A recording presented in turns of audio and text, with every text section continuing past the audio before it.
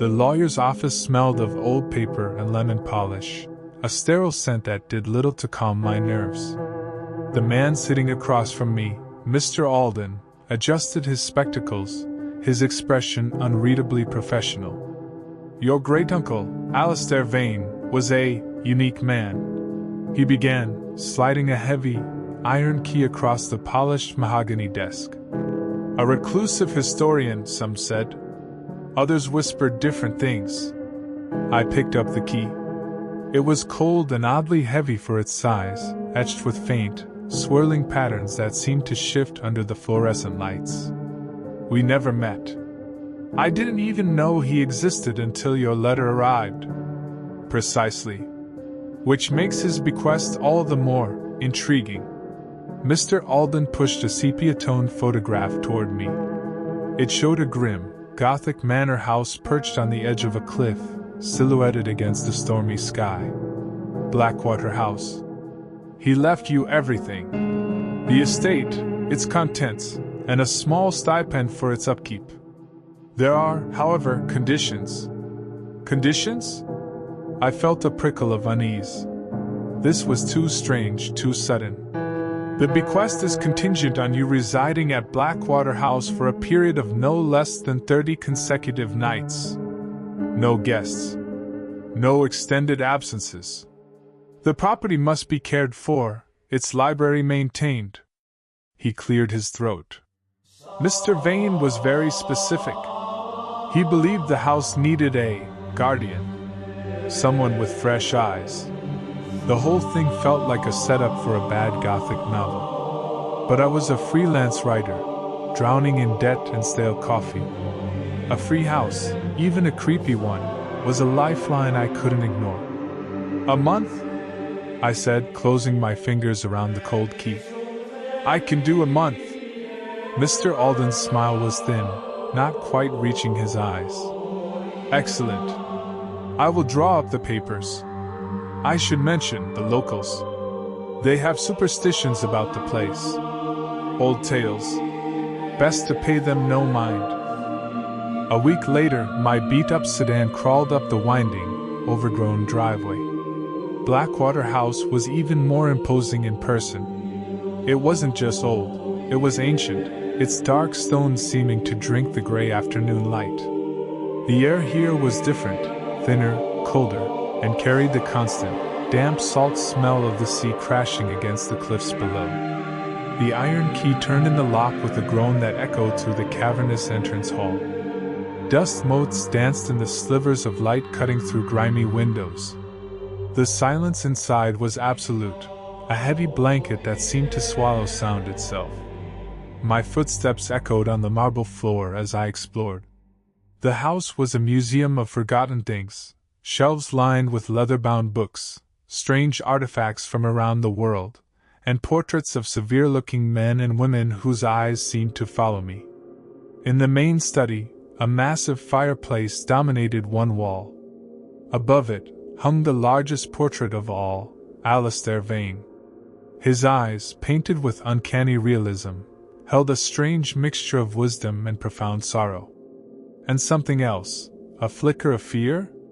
As dusk began to paint the sky in shades of purple and orange, I decided to light a fire against the creeping chill. The fireplace was deep, its hearth cold and filled with old ash. As I reached for a log from the basket, my hand brushed against something cold and smooth hidden behind the kindling. It was a small, wooden box, dark and polished, unlike anything else in the dusty room. Carved into its lid was the same swirling, intricate pattern that was on the key. There was no lock. Heart thumping with a strange anticipation, I lifted the lid. Inside, nestled on a bed of faded black velvet, was a single, petrified seed. It was dark as obsidian, its surface a complex mosaic of tiny, interlocking facets that caught the dim light. It was unnaturally cold to the touch. As I held it, a wave of dizziness washed over me, and for a split second, the shadows in the corners of the room seemed to deepen, to twitch. I dropped the seed back into the box, my heart hammering. It was just my imagination, fueled by fatigue and the eerie atmosphere. I placed the box on the mantelpiece, right under Alistair Vane's painted gaze, and tried to ignore the growing feeling that his eyes were now fixed directly on me. That night I dreamed of roots. Deep, black roots burrowing through dark earth, reaching, searching for something. And I dreamed of a whisper, so faint it was almost a thought, asterisk. It is awake. Asterisk. I woke with a start, drenched in a cold sweat. The house was silent. Moonlight streamed through the window, painting a silver path across the floor. And on that path, clear as day, was a single, muddy footprint. It was facing the bed. The footprint was there, stark and undeniable against the dark wooden floorboards. A single, left footprint, caked in mud and flecks of what looked like damp, decaying leaves. It wasn't mine. The mud was fresh. My breath hitched in my throat. I scrambled out of bed, my heart a frantic drum against my ribs. I grabbed the heavy poker from the fireplace, its weight a small comfort in my trembling hand. "Hello?" I called out, my voice echoing through the cavernous house. "Is someone there?" Only silence answered. A deep, watchful silence. I searched the entire ground floor, room by shadowy room, the poker held aloft. Nothing. All the doors were locked, the windows latched from the inside. The only entrance was the front door, and the heavy iron key was still in the lock where I'd left it. It was a dream, I told myself, a desperate mantra. Asterisk, you were half asleep. You walked in your sleep and tracked mud in. It's an old house. It was a trick of the light. Asterisk. But I hadn't been outside. My boots were clean, placed neatly by the door. And the print was facing the bed. Watching. I spent the rest of the night in an armchair by the newly stoked fire, the poker across my lap, jumping at every creak and groan of the old house settling. The carved box sat on the mantelpiece, feeling less like an artifact and more like an accusation. When dawn finally broke pale and weak through the grime-caked windows, the footprint was gone. Not cleaned. Not smudged. Gone. The floorboards were bare and dusty, exactly as they had been when I'd first arrived. A cold dread, deeper than any nighttime fear, settled in my stomach. This was not my imagination. I needed to get out. I needed to see the sun and talk to someone, anyone, who wasn't a portrait with piercing eyes. I decided to drive to the small fishing village a few miles down the coast, the one Mr. Alden had mentioned. Maybe find some groceries, and some answers. The village, named Raven's Hollow, was a cluster of gray stone cottages huddled around a rocky bay. The air was thick with the smell of salt, fish, and peat smoke. As I walked into the small general store, the conversation died instantly. An old man behind the counter, and two women browsing the shelves, all stopped and looked at me with a mixture of curiosity and open apprehension. "Morning," I said, my voice sounding too loud in the sudden quiet. The old man, his face a road map of wrinkles, just nodded slowly. One of the women quickly looked away, pretending to be intensely interested in a tin of beans. I'm staying up at Blackwater House for a while," I continued, trying to sound casual. "Just needed to pick up a few things." The old man's eyes widened almost imperceptibly. He wiped his hands on his apron. "Vane's place," he stated, his voice gravelly. "Yes. My great-uncle. I inherited it." A heavy silence fell again. The second woman made a quick sign of the cross on her chest, so subtle I almost missed it. "You be careful up there, son," the old man said, his voice low. "Place has a history. Not a good one." "What kind of history?" I asked, leaning on the counter, trying to seem nonchalant. "Old Alistair, he was into things," the man said, his eyes darting towards the door as if expecting someone. "Not right things." digging up what ought to stay buried. He talked about forces, ancient things that sleep in the earth. He shook his head. Folks said he wasn't just a historian. He was a dowser. A dowser? Like for water? Not for water, one of the women whispered, unable to contain herself. She had a kind, worried face. For other things. Dark things. He called it the umbra cementis, the shadow seed. The name hit me like a physical blow. My hand instinctively went to my pocket, where I had stashed the small wooden box before leaving the house. It felt ice cold. The what? I managed to ask. A curse is what it is, the old man said firmly. Bad luck follows that house. Lights in the windows where there shouldn't be none. Figures in the mist. And the roots. He trailed off, shaking his head. You shouldn't stay there, son. No good'll come of it. I bought my supplies under their silent, pitying gaze. As I left, the old man called out one last thing. And don't be bringing nothing back from that house with you. Nothing. The drive back to Blackwater House was tense. The sky had clouded over again, and the manor looked more menacing than ever, a brooding sentinel on the cliff. Umbra cementis, the words echoed in my mind. He knew about the seed. They all knew. Back inside, the silence felt heavier, more intentional. I put the groceries away in the cold, dank kitchen and went straight to the study. I took the box from my pocket and placed it on the desk, staring at it. A dowser for dark things. I opened the lid. The petrified seed lay there, inert, a piece of dead nothing. Yet, the air around it felt charged. I reached out a hesitant finger to touch it. Scratch. The sound was faint, but unmistakable. It came from the wall behind the bookshelf. I froze, my finger hovering over the seed. Asterisk scratch. Scritch. Scratch. Asterisk. It was a slow, deliberate sound. Like something dragging a claw over ancient plaster. Or like a root, patiently probing through stone and mortar. It was coming from inside the wall. My blood ran cold. The warning from the village echoed in my ears.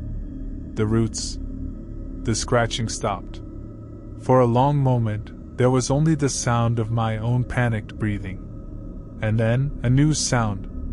A whisper, so faint it seemed to originate from inside my own skull, slithering into my ear.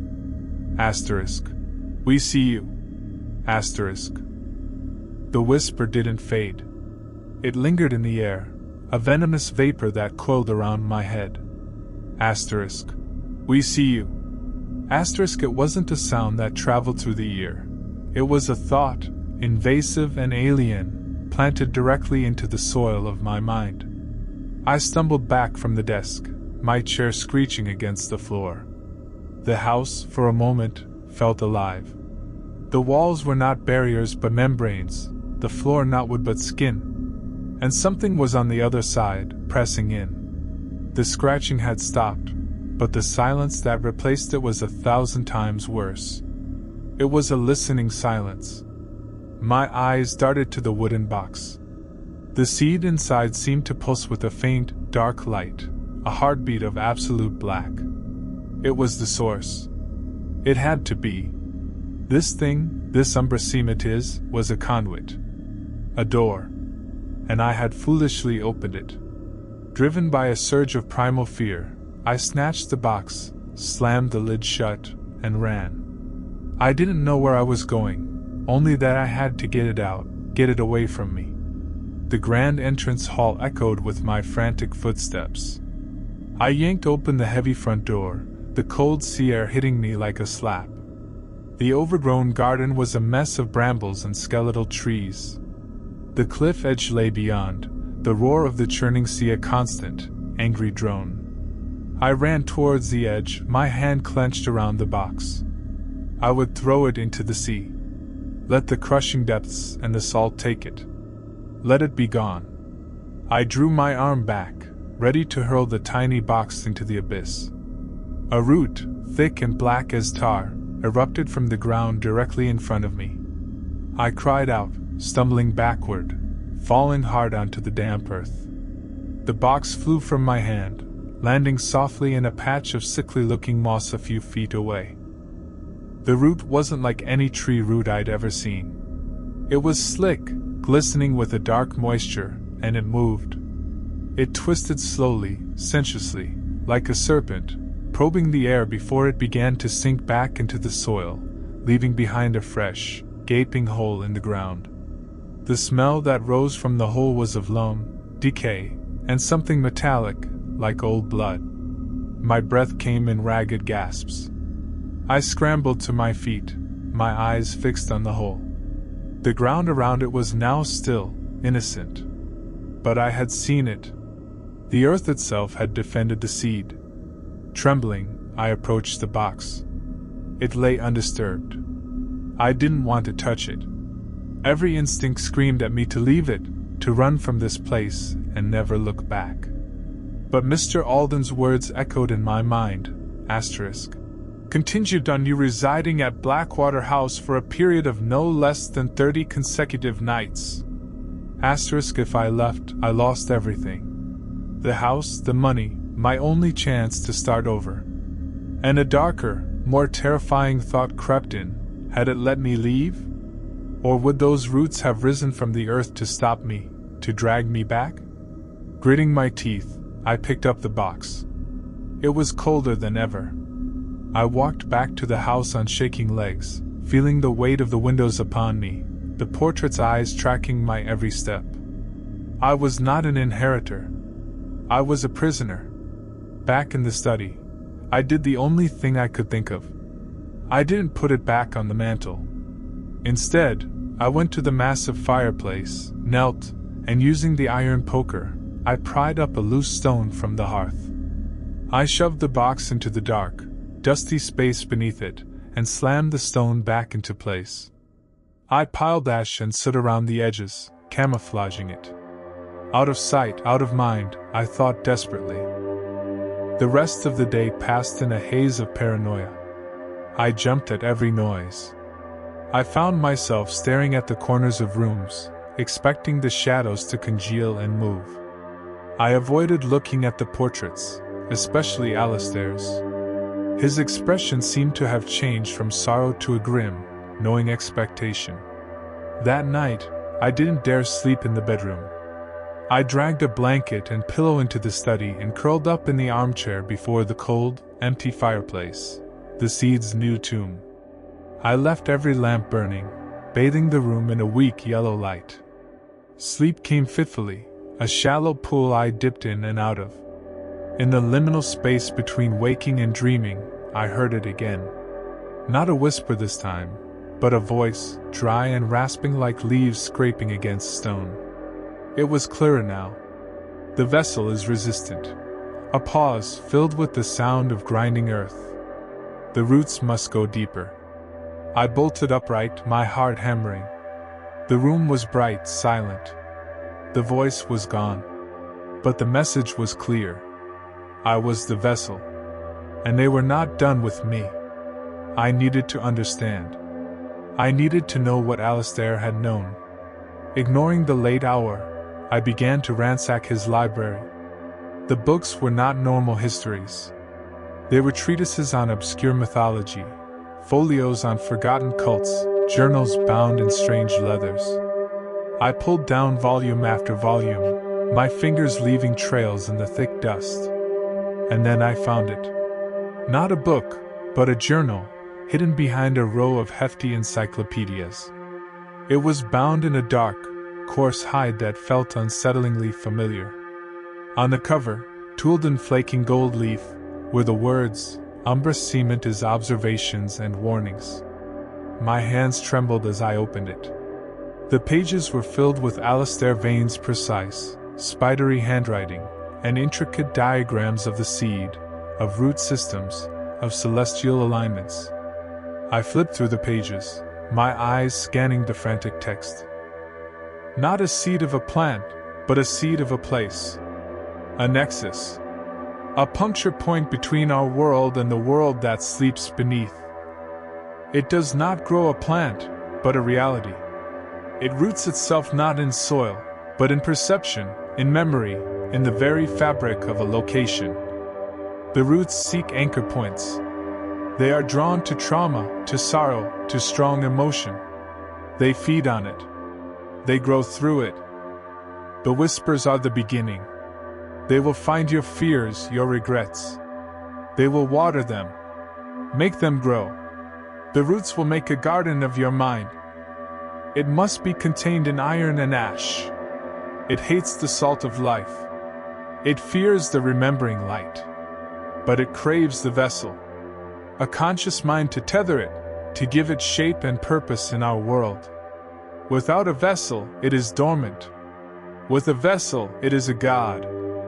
I stopped reading, a cold sweat beating on my forehead. A vessel. A conscious mind. My mind. I turned the page. The writing here became more frantic, desperate. It showed me things. Glory things. Terrible things. It promises knowledge. It lies. It always lies. The roots are in the walls.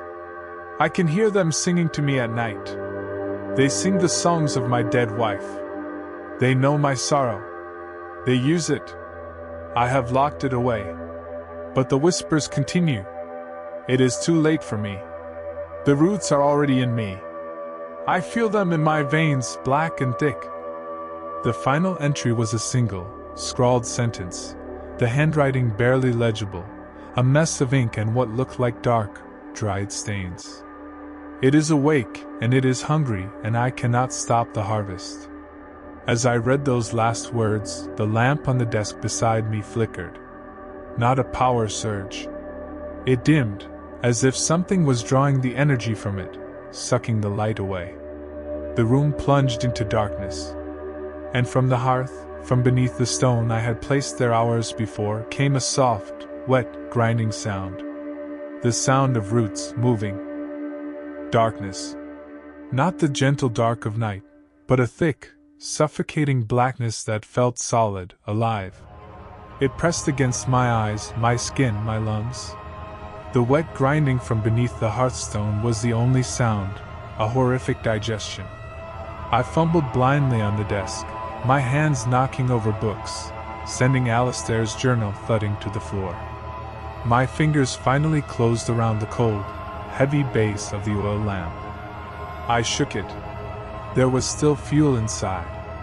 The mechanism was simple, a wick and a striker. With trembling, desperate hands I managed to create a spark. A tiny flame sputtered to life, pushing back the oppressive dark just enough to reveal the immediate horror. The room was veined with roots. They weren't just in the walls anymore. They snaked across the ceiling like black ivy, dripped down the bookshelves like solidified tar, and crept across the floor, pulsing gently with a slow, viscous rhythm. They were the source of the darkness, drinking the light from the air itself. And they were growing. I could see them moving, creeping forward inch by inch, with a patient, vegetative malevolence. The grinding under the stone grew louder. A crack appeared in the mortar, and a single, slick black root, no thicker than a finger, wormed its way out, probing the air like a curious insect. It was seeking. It was seeking me. The journal. Alistair's warning screamed in my mind. It fears the remembering light. What was the remembering light? An iron and ash. I had ash. A ton of it. But iron?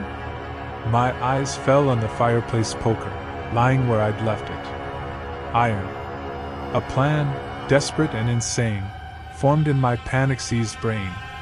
I grabbed the poker with one hand, holding the lamp high with the other. The roots seemed to recoil slightly from the flame's direct gaze. I kicked over the brass bucket beside the fireplace, sending a cloud of old ash billowing across the floor. The roots in its path shuddered and withdrew, hissing softly as if in pain. It worked. Ash and fire. They were vulnerabilities. I had to get to the seed. I had to contain it again, properly this time. I dropped to my knees before the hearth, the lamp casting wild, dancing shadows. Using the poker like a crowbar, I jammed it into the crack around the loose stone and heaved. The root that had emerged lashed out, whipping against my wrist. It was cold, a cold that burned, and left a thin, blackened welt on my skin like a frostbite scar. I cried out but didn't let go. With a final, grating groan, the stone shifted. I shoved it aside. The space below was not a small hole. It was a cavernous space, filled with a seething, tangled mass of black roots. They throbbed and coiled around each other like a nest of vipers. And in the center of it all, resting in a cradle of pulsating tendrils, was the open wooden box. The petrified seed was no longer inert. It had split open. From its core bloomed a single, impossible flower. It had no color, only a shifting, negative space, a hole in reality shaped like a blossom. Looking at it made my eyes water and my mind recoil. It was the most wrong thing I had ever seen. This was the heart. This was the nexus.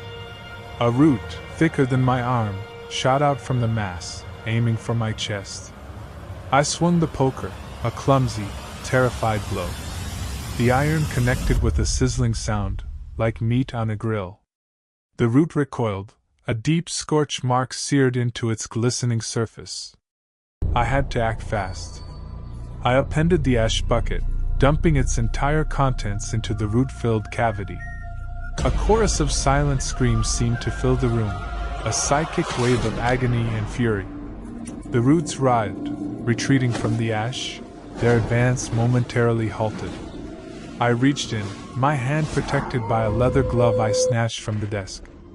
The roots tried to encircle my arm, their touch leaching the warmth from my flesh.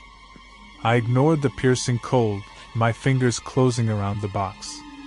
I slammed the lid shut over the blasphemous flower. The effect was instantaneous. The light from my lamp seemed to brighten, the oppressive darkness receding like a tide. The roots covering the room slowed, then stilled, becoming inert, woody vines again. The grinding stopped. The whispers in my mind faded to a distant echo. I collapsed backward, clutching the sealed box to my chest, gasping for air. I had done it. I had stopped it. The silence that followed was the most beautiful sound I had ever heard. It was the silence of an empty, old house, not a possessed one. For the first time since I'd arrived, the air felt still. Clean. Exhaustion claimed me. I didn't even make it to the armchair. I passed out on the ash-strewn floor, the box held tightly in my arms. I woke to gray morning light filtering through the windows. The room was a wreck, covered in a fine layer of ash and what looked like dead, petrified vines. The roots on the walls and ceiling were still there, but they were dry, brittle, and gray. Like they had been dead for centuries. It was over. A hysterical laugh bubbled up in my throat. I had won. I had faced the horror and I had won. I looked at the box. It was just a box. The seed inside was silent. Contained. The euphoria carried me through the day. I cleaned the study, sweeping the dead root fragments and ash into a pile. I felt like a conqueror. I had survived the harvest Alistair had written about. That night, I slept in my own bed. The sleep was deep, dreamless, and restorative. I had earned it. I woke feeling stronger than I had in days. The sun was shining. Birds were singing outside. I went downstairs to make coffee, a sense of normalcy finally within reach. I hummed as I filled the kettle at the kitchen sink, looking out the window at the overgrown garden. Something caught my eye. A patch of earth near where the root had erupted yesterday. The ground was bare, devoid of the brambles and weeds that choked the rest of the garden. And pushing through the rich, black soil were dozens of slender, green shoots. They hadn't been there yesterday. I frowned, leaning closer to the window. The shoots were growing at an impossible rate.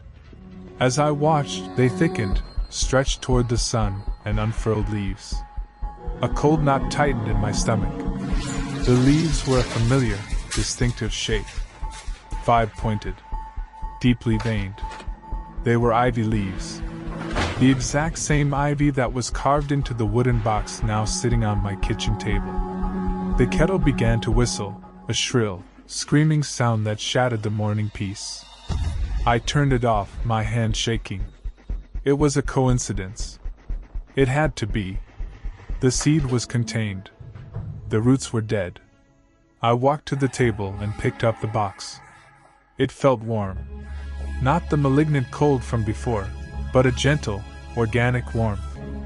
A living warmth. I shouldn't have. I know I shouldn't have. But a compulsion, a terrible curiosity, gripped me. After everything I had to know, I had to see if it was truly defeated. I lifted the lid. The petrified seed was gone. In its place, nestled on the black velvet, was a single, perfect, freshly grown ivy leaf. It was vibrant green, dewdrops glistening on its surface as if just picked. And as I stared, transfixed by its terrible beauty, a new whisper brushed against my mind. It was no longer dry and rasping. It was soft, gentle, and sweet as poison. Thank you, it sighed, full of vile gratitude. The soil is now prepared. The harvest will be so much richer. I had not contained it. I had planted it. The whisper didn't just fade into silence. It blossomed. It wasn't a sound in my head anymore. It was a symphony of understanding that unfolded directly in my consciousness. The fear, the paranoia, the icy dread, it all melted away, replaced by a warm, profound, and terrifying clarity. I looked at the ivy leaf in the box. It was not a thing of horror. It was a gift. A first fruit. I looked at my hands, at the blackened, root-like welt on my wrist. It didn't hurt. It tingled. It felt like connection. I walked to the window. The garden was no longer a mess of brambles. Overnight, it had been transformed. Lush, dark green ivy now climbed the stone walls, heavy with clusters of deep purple, almost black berries. The air, once cold and salty, was now thick and sweet, smelling of loam and nectar and something ancient. It was beautiful. It was right. The whispers were no longer external. They were my own thoughts now. My understanding. Alistair had been a fool. He saw it as an invasion, a corruption. He fought it. He didn't understand the honor. He wasn't chosen to be a victim. He was chosen to be a gardener.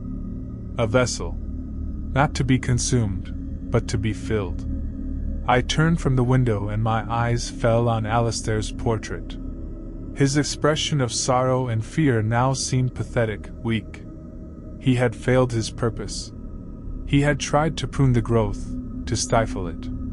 But a garden cannot be contained. It must be nurtured. It must be allowed to spread. I walked to the hearth and knelt. With bare hands, I pulled aside the stone I had fought so hard to replace. The cavity beneath was no longer a nest of terrifying roots. It was a heart.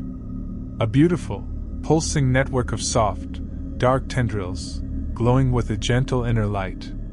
They hummed with a low, contented energy. They welcomed me. I reached in, and the tendrils caressed my fingers, not with cold, but with a nurturing warmth. They were not invaders. They were my children, my legacy. The house was not a prison. It was a cradle. The village. Raven's Hollow. Their fear, their superstition, it was ignorance. They saw the blight, not the bloom. They needed to see. They needed to understand the richness they were denying themselves. The harvest was not for me alone. It was for everyone. I knew what I had to do. The first thing a gardener does is share his bounty. I went to the garden, the ivy curling lovingly around my ankles as I walked. I carefully picked a single cluster of the dark, gleaming berries. They were heavy, full of potential. I placed them in a small wicker basket. An offering. The drive to Raven's Hollow was different. The world seemed sharper, more vibrant. The gray sky wasn't gloomy. It was a blanket of fertile clouds. The gnarled trees weren't skeletal. They were patiently waiting for the touch of the new growth. The bell on the general store door jingled as I entered. The same scene played out, the old man, the two women, the conversation dying. But this time, I did not see fear or pity in their eyes. I saw barren soil, unseeded land. The old man, whose name I now knew was Mr. Evans, looked at me, his wary eyes narrowing. "You're back." He said it like an accusation. "I am," I said, my voice calm, beatific. A gardener's patience. "I brought you something. A taste of what's growing at Blackwater House." I placed the wicker basket on the counter. The berries glistened, dark and inviting. The women took a step back. Mr. Evans stared at the berries as if they were scorpions. "What is that?" he whispered. "Progress," I said softly. "Understanding. It's time the Hollow shared in the harvest. Just one. Taste it. It will show you." "Get that out of here," one of the women hissed, her face pale. "We want no part of Alistair Vane's devilry." "It's not his," I explained, my tone still gentle, though a flicker of irritation stirred within me. Why were they being so difficult? Why reject such a gift? "It's mine now. And it can be yours. No more fear. No more scarcity. Just unity." Mr. Evans's face hardened. He picked up the basket and with a swift, violent motion, hurled it across the room. The berries smashed against the far wall, exploding into patches of viscous, purple-black juice that dripped down the wall like bleeding sores. "Get out," he snarled, his fingers shaking as he pointed at the door. "Get out and don't come back. We don't want your kind here. We remember what happened to the last one who tasted his fruit. Madness. Death." The irritation in me bloomed into a hot, righteous anger. They were spurning the gift. They were throwing fertile seed onto barren rock. They were wasting it. I looked at the purple stain on the wall. Such potential, wasted. My hands clenched at my sides. The welt on my wrist throbbed in sympathy. "Very well," I said, my voice losing its gentle quality, becoming flat and cold. "You choose to remain in the dark." I turned and left. As I walked to my car, I could feel their eyes on my back. Not just from the store window. From every cottage. Curtains twitched. Faces watched from the shadows. The whole hollow was watching. The whole hollow was afraid. Good. Fear was a fertilizer too. It would prepare the soil. That night Blackwater House was more alive than ever. The ivy tapped gently on the windows, a soothing lullaby. The roots in the walls hummed their contented hum. I sat in Alistair's study, but it was my study now. His journal was ash in the fireplace. I didn't need his warnings. I had the truth. The truth showed me things. It showed me the network, not just in the house, but under the earth. Thin, exploratory tendrils stretching out, seeking, moving towards the village. Drawn to their fear. Drawn to their strong, stubborn emotions. They were already on their way. The roots would find anchor points. In the cellar of the general store. Under the bed of the woman who made the sign of the cross. In the garden of the old man who threw away the gift. They would not be forced. They would be offered. A berry appearing in a larder. A vine creeping across a threshold, offering a single, perfect fruit. A whisper in a dream, promising an end to loneliness, to poverty, to fear. Some would accept. They would taste the fruit and understand, as I did. They would join the garden. Others would resist. They would try to cut the vines, to burn the roots. They would learn. You cannot stop the spring. I am the guardian now, the keeper of the seed. I will tend this garden. I will water it with understanding and, if necessary, with the tears of those who refuse to see its beauty. The harvest will be rich, and it will be forever. From my window, I can see the lights of Raven's Hollow twinkling in the distance. So many lonely, separate lights. Soon they won't be lonely anymore. Soon they will all be part of the beautiful, dark, everlasting garden. And the whisper is right here with me, in my heart, in my mind, in the very roots of my soul. We see them.